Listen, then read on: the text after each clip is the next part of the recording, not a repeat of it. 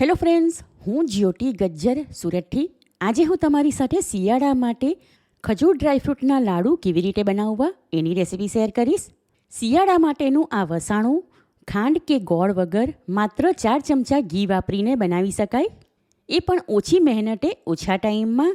તો ચાલો આ મજેદાર રેસીપી શરૂ કરીએ.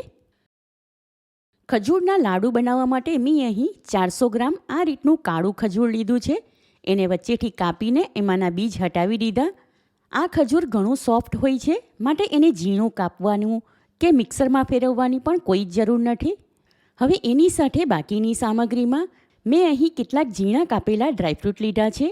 એમાં 100 ગ્રામ બદામ, 100 ગ્રામ કાજુ, 50 ગ્રામ અખરોટની ગીરી કે અખરોટ મગજ લઈને એને પણ આ રીતે ઝીણા કાપી લીધા, અને 25 ગ્રામ પિસ્તા લીધી છે, 50 ગ્રામ પમ્પકિન સીડ્સ અને 25 ગ્રામ મખાના.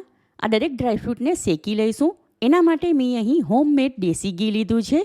મલાઈમાંથી દેશી ઘી ઘરે કેવી રીતે બનાવવું એની રીત તમે મારી ચેનલ પર જોઈ શકો છો. હવે આગળના સ્ટેપમાં એક ફ્રાય પેન લઈને સ્ટવ ઉપર ગરમ કરવા મૂકીશું. ગેસ ફ્લેમ લો ટુ મીડિયમની વચ્ચે રાખીને એમાં સૌથી પહેલાં મખાના નાખીશું. ઘી નાખ્યા વગર મખાના શેકી લઈશું. હવે ફ્રાય પેનમાં ટવેટો ફેરવતા રહીશું, એટલે મખાના એક સાઈડથી દાજી ન જાય.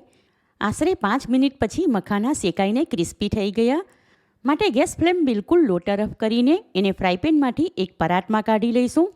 અને આગળના સ્ટેપ માટે ફરી એ જ ફ્રાય પેન સ્ટવ ઉપર મૂકીને ગેસ ફ્લેમ મીડિયમ તરફ કરીશું. ફ્રાય પેનમાં 2 ટેબલસ્પૂન જેટલું ઘી નાખીશું.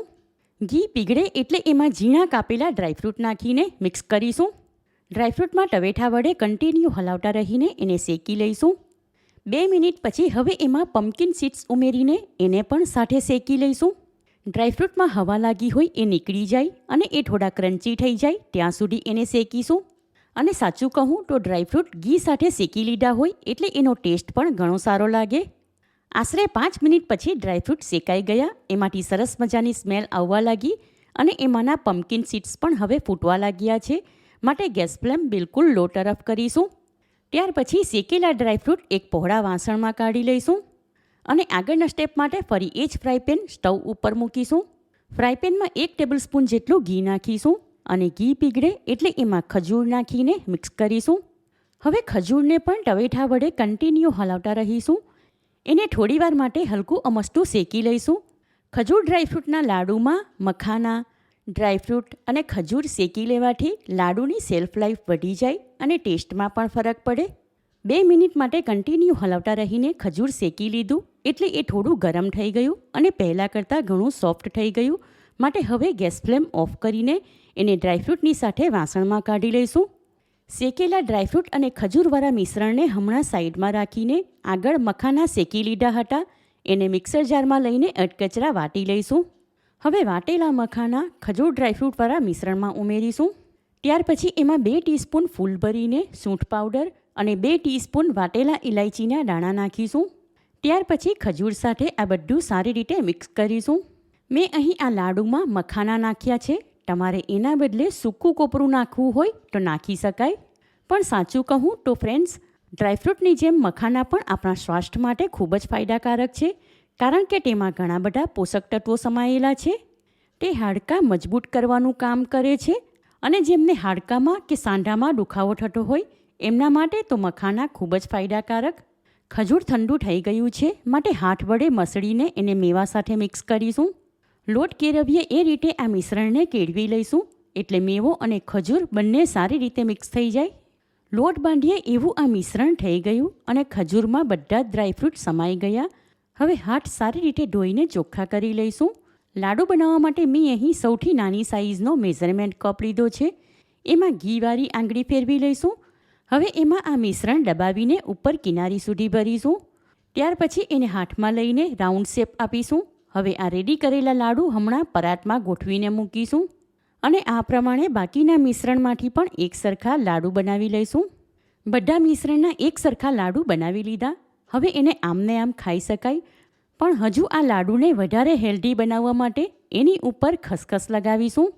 એ માટે મેં અહીં 1.5 ટેબલસ્પૂન જેટલી શેકેલી ખસખસ લીધી છે. એને આ પહોળા વાસણમાં નાખીશું. ત્યાર પછી એક એક લાડુ હાથમાં લઈને એના વડે કોટ કરીશું. અનેક ગુણોનો ભંડાર છે ખસખસ, અને તે આપણા સ્વાસ્થ્ય માટે પણ ખૂબ જ ફાયદાકારક. આ રીતે દરેક લાડુની ઉપર ખસખસ લગાવીને ફરી એ જ પરાતમાં ગોઠવીને મૂકીશું. ઠંડીમાં ખાવા માટે ખાંડ કે ગોળ વગર બનાવેલું હેલ્ધી વસાણું તૈયાર છે. ખજૂરના સુપર ડિલિશિયસ લાડુ ઘણા સોફ્ટ અને ફ્લેવરફુલ બન્યા છે. દરેક બાઈટમાં ખજૂરની સાથે ક્રન્ચી ડ્રાયફ્રૂટ, દેશી ઘીનો સ્વાદ અને સોડમ તેમજ સૂંઠ અને ઇલાયચીનો ફ્લેવર એટલે જાણે આ લાડુ ખાયા જ કરવાનું મન થાય. ઠંડીની મોસમમાં રોજ સવારે એક લાડુ ખાવામાં આવે તો તે શરીરને અંદરથી ગરમ રાખવાનું કામ કરે અને શરદી ખાંસી જેવી અનેક બીમારીઓને દૂર ભગાવે. એકવાર આ લાડુ બનાવીને એક એરટાઇટ ડબ્બામાં ભરી દઈએ તો કમસે કમ મહિના સુધી ખાવા માટે લઈ શકાય અને એને ફ્રીઝમાં મૂકવાની પણ કોઈ જ જરૂર નથી. આ રીતે ખજૂર ડ્રાયફ્રૂટના લાડુ તમે બનાવશો તો ઘરમાં બધાને જ ભાવશે અને છોકરાઓ પણ માંગીને ખાશે. માટે આ હેલ્ધી રેસીપી તમે ચોક્કસ ટ્રાય કરો. રેસીપી પસંદ આવી હોય તો વિડીયોને લાઇક કરીને વધારેમાં વધારે શેર કરો. ચેનલ પર નવા હો તો સબસ્ક્રાઈબ કરીને બાજુમાં બેલ આઇકન પર ક્લિક કરો એટલે આવનાર દરેક નવી રેસીપીનું નોટિફિકેશન તમને મળતું રહે. ફરી મળીશું એક નવી રેસીપી સાથે. ઈટ હેલ્ધી એન્ડ સ્ટે હેલ્ધી.